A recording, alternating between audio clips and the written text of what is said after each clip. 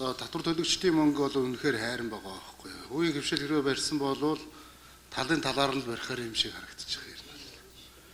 Тэгээд тооцоо судалгааг нь хувийн хөвшилийг бүр анхнаасан гаргаад бүх юм стратеги хийгээд одоо ийм үр ашигтай ингэ явна гэдгийг нь бол тодорхой болгоцол байхаар л юм байгаа юм л да. Тэгээд энэ хулгайч нарын балгийг бид нар л өөрөөр болчиход байгаа байхгүй юу.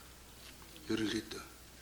Тэгэл энэ одоо эргээд энэ Ховд аймгийн эдийн засгийн хүндрэл өчрлөөд ирчихсэн. Дараа нь ямар ч тооцоо судалгаагүй бид нэр аваа явах нь өсөө тодорхой юм шиг байна л да. Тэгээд цаашдаа яах юм бол амжид бүр гайхаад өшрөн болохгүй. Гэхдээ дараачийн хурал дээр энэ барьсан компаниудын төлөөллүүдийг оруулж ирж бас ярилцах асуудал байх шиг байна. Тэгээд энийг яах вэ? Та бүхэн бас сайн тунгааж бодохгүй бол ясамдар бол энэ том хулгай. Бид нэр одоо сумууд руугаа нэг жоохон төсөв тавиулах гэж одоо 2-300 сая төгрөг тавиулах гэж одоо хайж шээ. Чинь 10 хэд 20 хэдэн тэрбум гэдэг юм чинь. Юу гэсэн үг вэ? За би ингэж ойлголоо шүү дээ. Үйлдвэр нь 15.1 хэдэн тэрбум, одоо цахилгаанаар холбохын тулд 26 тэрбум. Тий.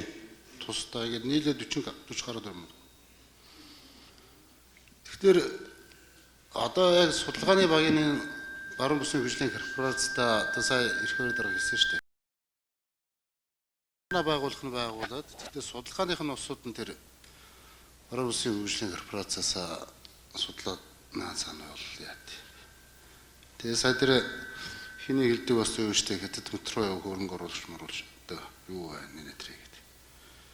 Тал талаас нь л харж үзэх юм шиг байна.